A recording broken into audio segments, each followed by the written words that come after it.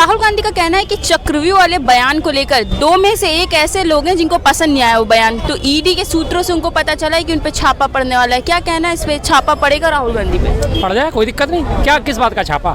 क्या उन्होंने कुछ गलत करा? क्या वो देशद्रोही हैं? क्या वो भागे हुए हैं? क्या वो भगोड़े हैं? सबके साथ का नया उनका 5 सुनहरी बाग नया बंगले का जो एड्रेस है जाए ईडी सामने। फिलहाल वो सुबह आज तक वायनाड में थे, वायनाड से वापस आएंगे। छापा उनके ऊपर पड़ता है जो लोग भागते हैं, जो लोग भगोड़े होते हैं, जो लोग निकलते हैं, उनके ऊपर कोई छापे की कोई चीज़ नहीं। उन्हें पूछताछ के लिए बुलाया जाएगा।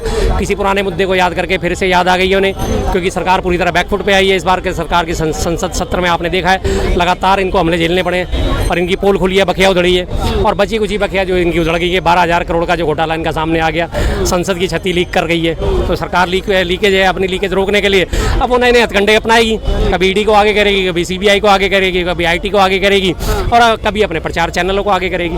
तो ये इनकी हालत होनी है, सीधी सी बात है। तो ये कहा जा सकता है कि सरकार जब जब डरती है तो ईडी सीबीआई को आगे कर देती है। कहा क्यों जाएगा, ये तो बात सत्य है। जैसे हमारा कठोपनिषद से लिया गया सत्यमेव जयते, उसी तरह आज की डेट में ये वाक्य बिल्कुल सत्य है कि जब जब मोदी डरता है ईडी सीबीआई को आगे करता है, पुलिस को आगे करता है। हर जगह की यही बात है, हर जगह आप देख लो, कहीं भी देख लो आप, चाहे वो दिल्ली हो, चाहे वो झारखंड हो, चाहे वो आप वायनाड का कोई इलेक्शन हो या कहीं भी और कोई भी बात हो, हर जगह अपने वाराणसी क्षेत्र में उन्होंने अपने सारे प्रशासनिक अधिकारियों को आगे कर दिया। 16 लोगों का उन्होंने वहाँ पे नामांकन कैंसिल कराया, उल्टे सीधे तर्क देके कि इसका ऐसा नहीं है, इसका वैसा नहीं है, इसका ये नहीं है, इसका वो नहीं है, क्योंकि हार का डर था। एक श्याम रंगीला नाम का एक कॉमेडियन उनके खिलाफ खड़ा हुआ था जो मोदी जी की मिमिक्री करता है। अब उससे उनको डर लग गया कि क्या पता है मेरे 10, 20, 50 हज़ार वोट ना काट जाए। उसको वहाँ से उसका नामांकन कैंसिल करा दिया कि आपके शपथ पत्र में गलत है। अरे भाई, जो भी नामांकन पत्र भरता है सब कुछ सही देखभाल करके भरता है। तो वो सही कहते हैं कि जब जब मोदी डरता है ईडी सीबीआई आईटी को आगे करता है और वो सबने देखा ही है। भाजपा का कहना है कि राहुल गांधी डर क्यों रहे हैं, इतना भ्रष्टाचार करे होंगे तो जाएंगे जेल में। कौन सा भ्रष्टाचार? एक आरोप लगा के तो दिखाओ, एक चीज साबित करके तो दिखाओ। और रही बात डरने की, बंदा खुलेआम सीने पे ठोक के कहता आओ, मैं ना डरता हूँ ना डरूंगा, मैं नहीं डरता, डरते मोदी जी आप हो। वो तो खुल के सामना करने को तैयार हैं। अगर उन्हें डर लगा होता तो वो कहते आया है ये क्या कर दिया, वो क्या करते अपने। उन्हें कहा आओ ईडी आप आ जाओ, आपके चाय बिस्कुट आपका इंतजार कर रहे हैं, आ जाओ आ जाओ, चाय बिस्कुट जो है आपका इंतजार कर रहे हैं। अगर डरने वाली बात होती तो चुप रहते, बात नहीं करते, बोलते नहीं इस बारे में।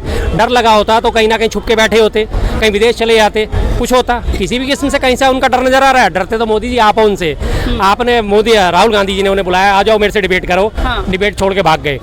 डरते आप हो, डरते आप हो मणिपुर जाने से। पिछले 1.25 साल से मणिपुर चल रहा है लगातार, मणिपुर में जाने की आपकी मोदी जी आपकी हिम्मत नहीं हुई। डरते आप हो, डरते आपके मंत्री हैं, बोलने से डरते हैं, जाने से डरते हैं। अभी आपके 113 लोग जो है वहाँ पे हाथरस में मारे गए थे, भगदड़ में मारे गए थे। कौन सा मंत्री कौन सा संतरी केंद्र का वहाँ पहुँचा? डरते आप हो, क्योंकि जनता के आक्रोश का सामना करना पड़ेगा। वायनाड में भूस्खलन हुआ पड़ा है, कितने सैकड़ों लोग वहाँ पे मारे गए हैं। वायनाड जाने की हिम्मत जुटा पाए आप? नहीं जुटा पाए।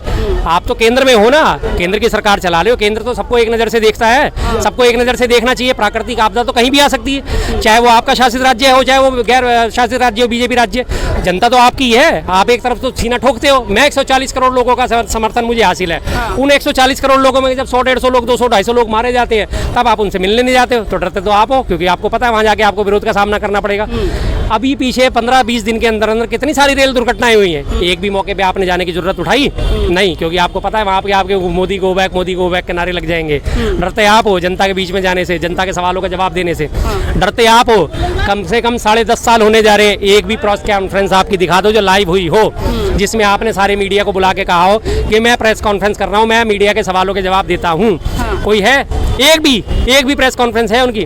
तो डरते तो आप हो महाराज। डरते हमारे राहुल गांधी जी नहीं है, वो डरपोक खानदान से नहीं है। उनके तो पुराना इतिहास आप उठा के देख लो। उनके घर में डरपोकों का नहीं, दिलेरों का शासन रहा है। चाहे वो गंगाधर नेहरू हो, चाहे वो मोतीलाल नेहरू हो, चाहे वो लाल बहादुर जी हो, चाहे इंदिरा गांधी जी हो, चाहे वो हमारे जवाहरलाल नेहरू जी हो। कौन डरता था?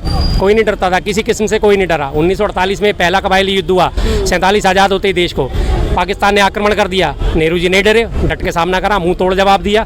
1900 उसके बाद 65 की लड़ाई हुई, शास्त्री जी ने हमारे को लीड करा। इंदिरा जी ने पूरा अपने सारे गहने दान कर दिया, अपना सारा जेवर दान कर दिया कि 65 की लड़ाई में पैसे की जरूरत पड़ती है। डरते थोड़ी थे, कहाँ से डरे वो। 71 में इंदिरा जी ने पाकिस्तान के 2 टुकड़े कर दिए। डरते होते तो ऐसा काम करते। उसके बाद फिर अगर डरते होते तो ऐसा काम करते। डरपोक तो आप लोग हो। चीन ने आज आपके 4था साल है ये लगातार, जब चीन हमारे को कैलाश मानसरोवर जाने का वीज़ा नहीं दे रहा, लेकिन आपकी चीन से आंख मिला के हिम्मत नहीं हो रही कि बात कर लें कि भाई चीन हमारे कैलाश मानसरोवर के यात्रियों को वीजा क्यों नहीं दे रहा तू। आपकी हिम्मत नहीं हो रही जब चीन हमारे अरुणाचल प्रदेश में 46 गांवों का नाम बदल देता है। नाम बदलने से थोड़ी कुछ होता है। आपके जयशंकर एस जयशंकर विदेश मंत्री बयान देते हैं चीन हमसे बड़ी इकोनॉमी है, हम उससे लड़ नहीं सकते। आपके विदेश मंत्री बयान देते हैं चीन हमसे बड़ा देश है, हम उससे लड़ नहीं सकते। डरते आप हो। चीन तो तब भी बड़ा था जब हमने उससे 62 का युद्ध लड़ा, ठीक है हमारे, लेकिन लड़े तो सही थे। उसके बाद 67 में जब उसने चीन ने दोबारा सिक्किम के ऊपर आक्रमण करा और सिक्किम को अपने में मिलाने की कोशिश करी, 19 दिन के अंदर चीन को घुटने टिकवा दिए थे। 19 दिन मात्र लगे थे, सिर्फ 19 दिन, और चीन को घुटने टिकवा के सिक्किम से पीछे खदेड़ दिया था।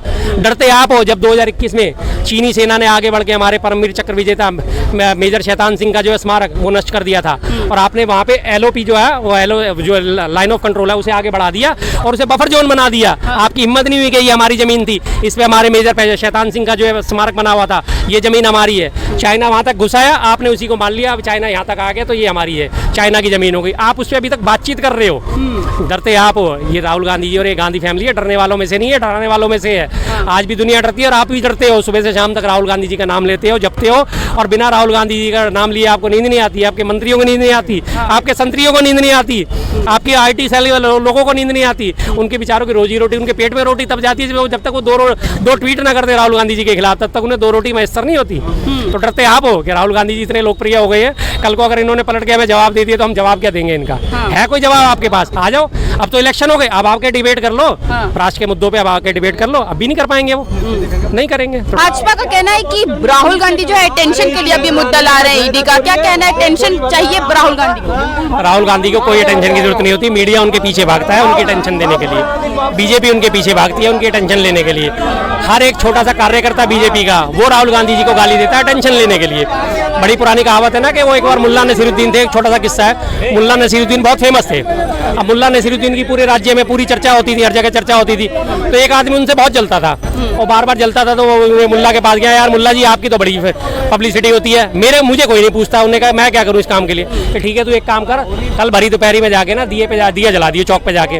अब उसने जाके ऐसा ही करा, दिया जला के चौक पे बैठ गया। आते या तो कोई पूछे तो बोल दियो मैं सूरज को दिया दिखा रहा हूँ, इसकी रोशनी कम करने का प्रयत्न कर रहा हूँ। अब उसने ये काम करा, पूरे दिन जो भी आए जाए, अबे तूने भरी दोपहरी में दिया क्यों जला रखा है? कि मैं सूरज को दिया, पागल आदमी है। जो 4 लोगों को और जाके बताया, धीरे धीरे पूरे प्रदेश में ये बात फैल गई कि एक आज है वहाँ पे पागल बैठा है जो भरी दोपहरी में जो सूरज को दिया दिखा रहा है। अब उसने कहा साहब आज तो देखो पब्लिसिटी तो मेरी खूब हुई, लेकिन मेरी लोग गालियाँ भी दे रहे हैं कि भाई तूने पब्लिसिटी की बात करी थी, गालियों की बात थोड़ी करी थी। तो वही हालत है कि सूरज को दिया दिखाने वाली बात है। जब इन्हें पब्लिसिटी चाहिए होती है तो इनका नेता क्या, अभिनेता क्या, इनके वो नेत्री क्या, नशेड़ी क्या, इनका सांसद क्या और इनका विधायक क्या और इनका निगम पार्षद क्या और ये छोटे छोटे कार्यकर्ता क्या, सबों के पास एक ही चीज होती है, राहुल गांधी जी को गाली दे दो, राहुल गांधी जी के लिए गलत बोल दो, अटेंशन मिल जाएगी।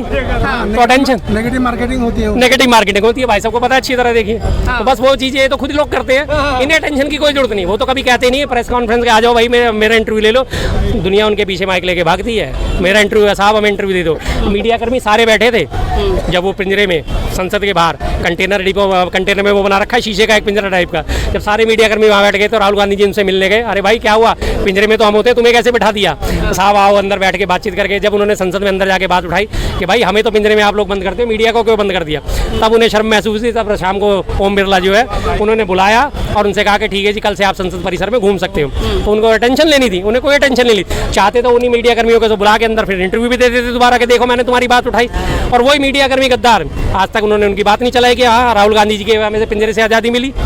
मीडिया कर्मियों को इनको अटेंशन की कोई जरूरत नहीं होती, वो ठीक है, वो राजा जिसे कह सकते हैं कि मस्त मौला आदमी, फकीर आदमी है वास्तविक, उन्हें कोई अटेंशन की जरूरत नहीं है।